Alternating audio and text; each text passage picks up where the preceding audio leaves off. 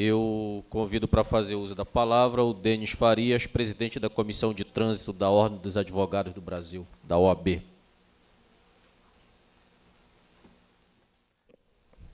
Excelentíssimo senhor deputado,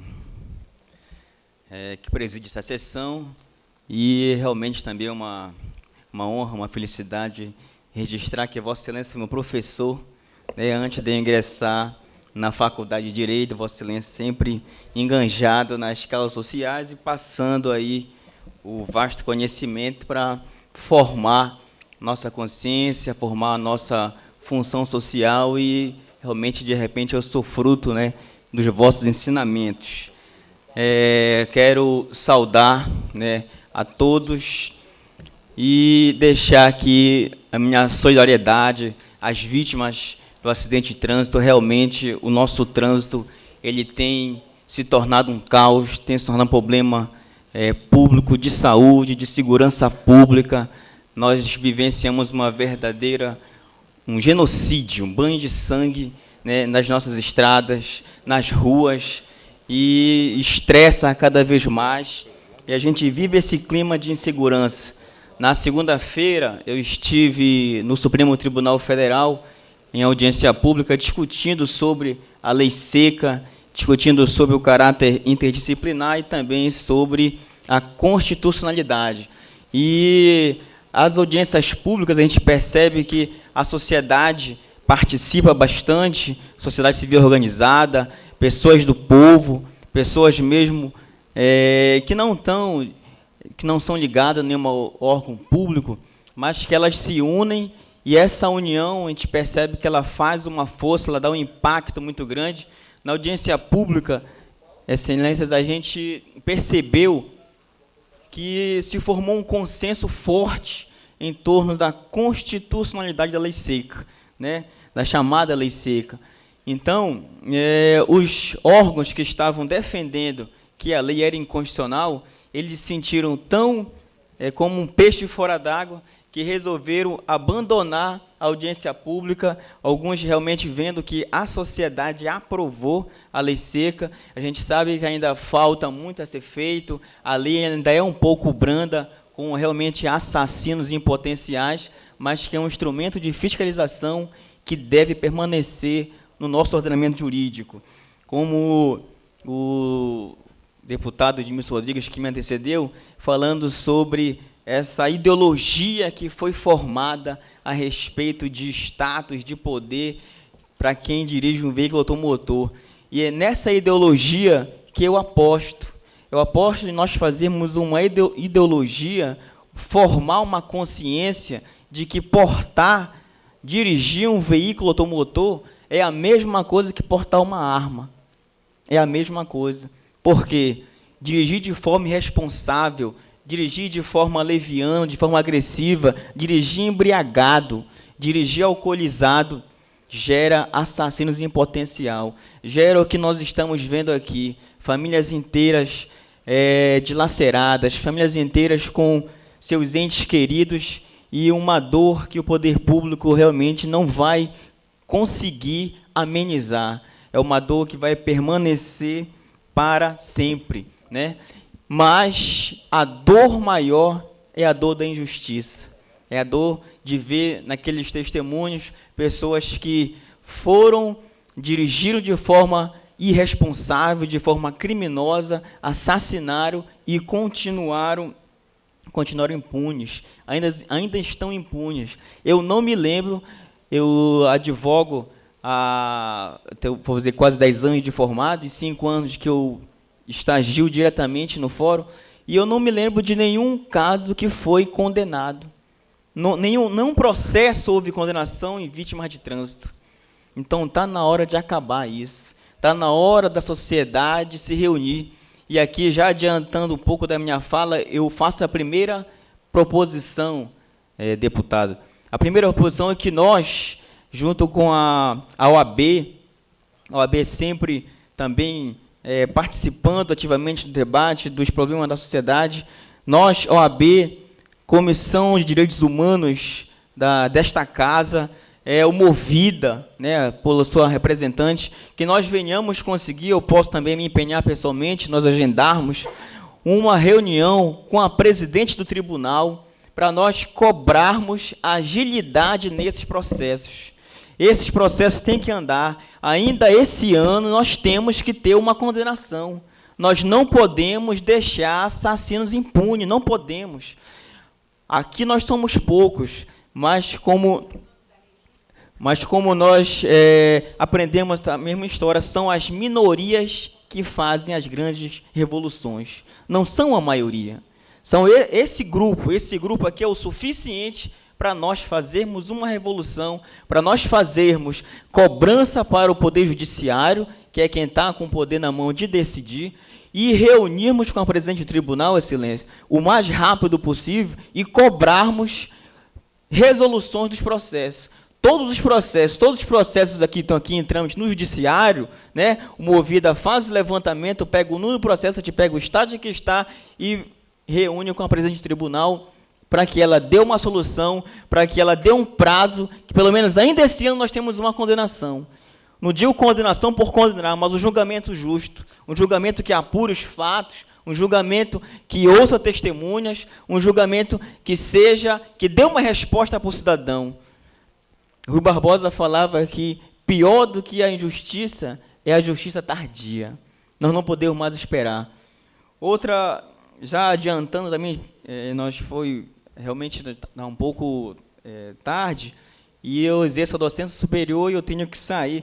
Mas assim que eu terminasse, eu gostaria até de ouvir o Detran, porque nós, enquanto presidente da Comissão de Trânsito da OAB, nós fizemos uma recomendação ao Detran para que dê cumprimento ao artigo 160, parágrafo 2º do Código de Trânsito, que ele está regulamentado pela resolução 300 do CONTRAN. O que diz esse artigo?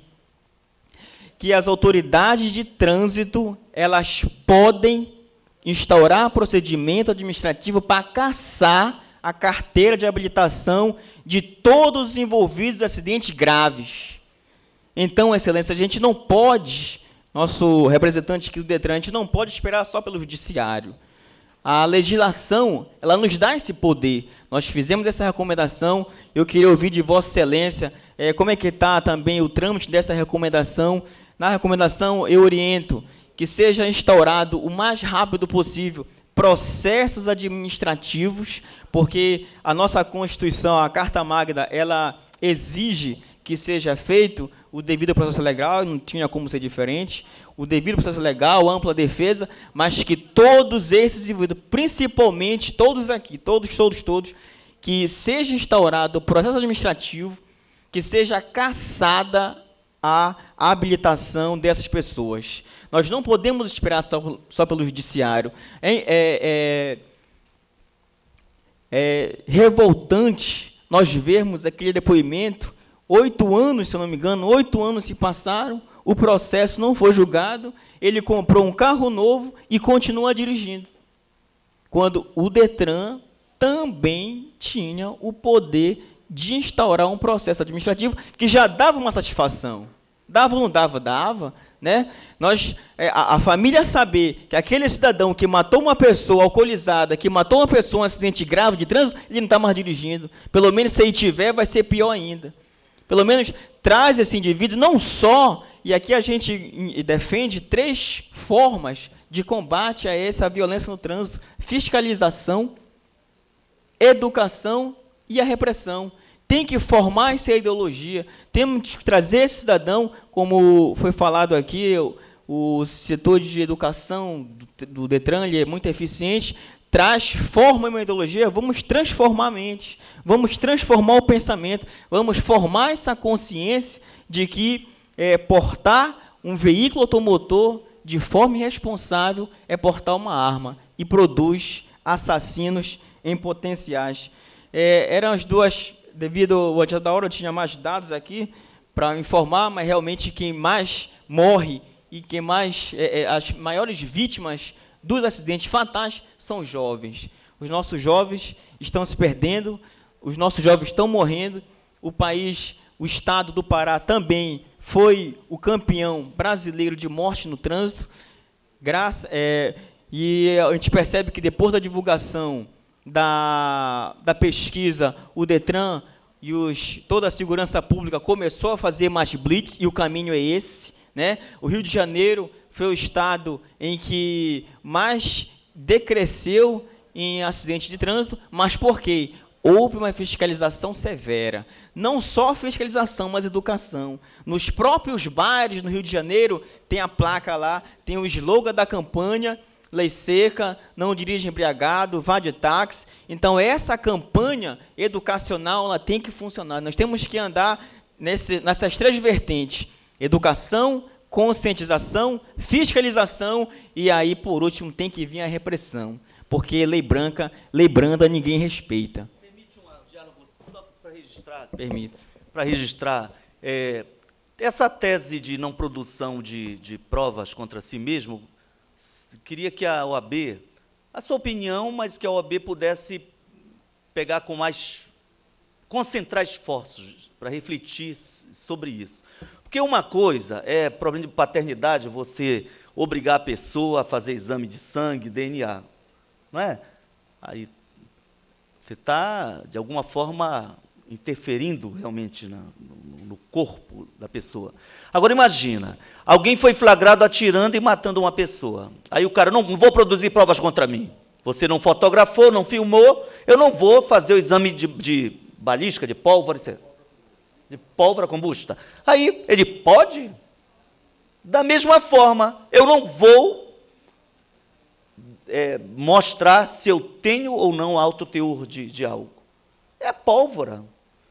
Então, eu acho que é um argumento frágil. Eu queria sugerir que a OAB realmente colaborasse em nível nacional e que o Pará, com juristas jovens e brilhantes que tem, pudesse fazer uma colaboração, assim, dar um parecer realmente irrefutável para contribuir com esse debate. É uma sugestão.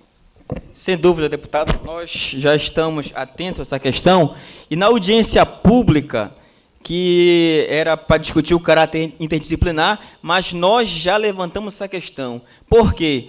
O direito fundamental de não produzir prova contra si mesmo, em juízo de ponderação, ele não é maior do que o direito à vida. Ele não é maior. Não existe, na nossa própria Constituição, não existe direito absoluto. Até a vida, ela é relativizada. Por quê? Porque, em época de guerra, a Constituição autoriza a pena de morte. Então, não há direito fundamental absoluto. E o direito fundamental a não produzir prova contra si mesmo, ela não é para proteger assassinos. Ela não é para proteger pessoas irresponsáveis que não tenham compromisso nem com a sua vida, nem com a vida alheia. Então, nós, deputado, só já adiantando a resposta, nós nos habilitaremos como amigo da Corte e vamos funcionar para manter a constitucionalidade da lei seca, e essa vai ser a nossa tese na tribuna do STF, de que não há direito fundamental absoluto. Não há o artigo 5º da Constituição, listando os seus direitos individuais e coletivos, eles não servem para proteger, eles não se prestam para proteger assassinos, eles se prestam para proteger cidadãos de bem. Então, fica aqui as minhas duas sugestões. Eu queria, Excelência, ouvir o DETRAN, antes de sair, para nós vermos a questão da recomendação, do encaminhamento que vai ser dado para nós começarmos a minimizar a dor dessas famílias. Esses assassinos do trânsito não podem continuar dirigindo. Muito obrigado.